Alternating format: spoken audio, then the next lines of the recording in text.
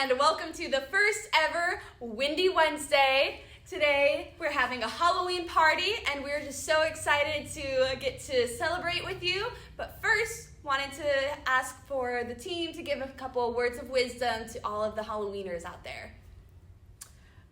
Don't go trick-or-treating, just buy the candy and eat it at home by yourself. Don't eat unwrapped candy. If you reach a house that has the take one bowl, please just take one.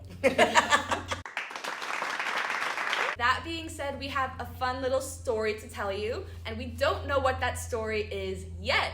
We each have 30 seconds to participate in a Halloween spooky story, and we're gonna go twice. I'll go ahead and have Taya start the story, and then I can do the mystery finish, and we'll go twice.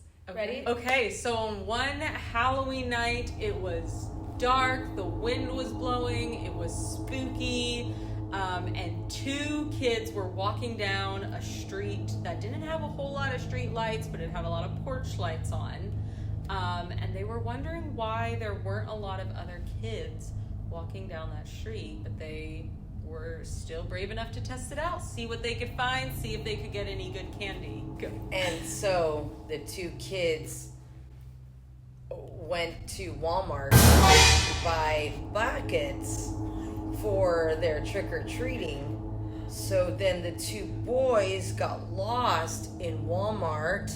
So then one boy left and decided to go back to the neighborhood with no street lights or little street lights or porch lights, and decided to go and start Decided to go and start exploring all the different potential houses that he could trick or treat from.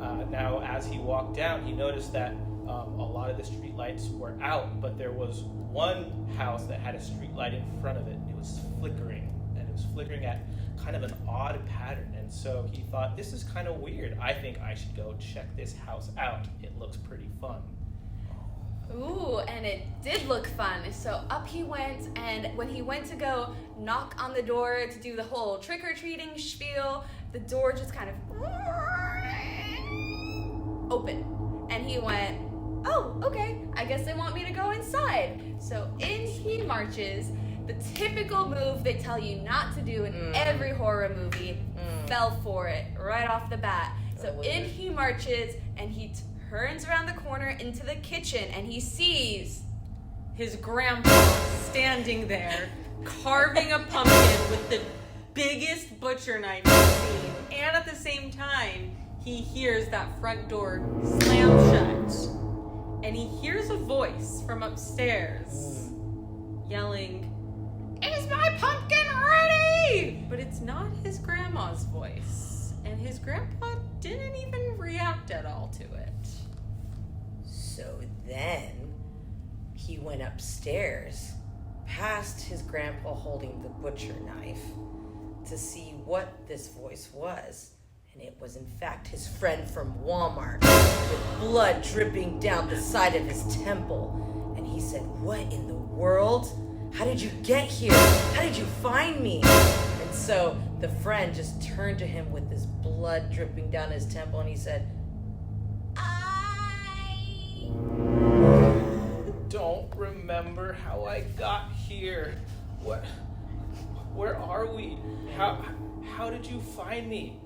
And the boy was very startled, and he started backing away from his friend. But as he started backing away, he heard steps coming up the stairwell.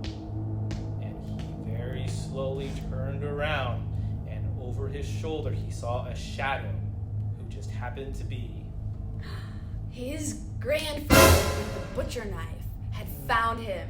And right as they were about to be cornered, the boy started screaming and crying and trying everything he could to punch and fight and kick. And the next thing he knew, his friend from Walmart, out the blood from his temple, opened the door and said, "Hey man, what are you doing here?" There was no one else in the room. Dun dun dun.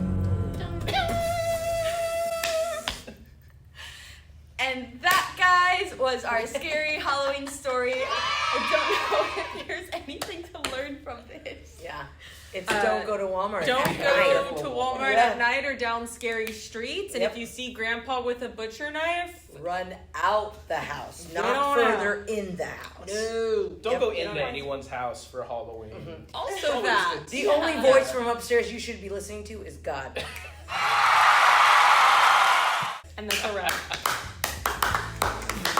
Have a good Halloween. Thanks, everyone.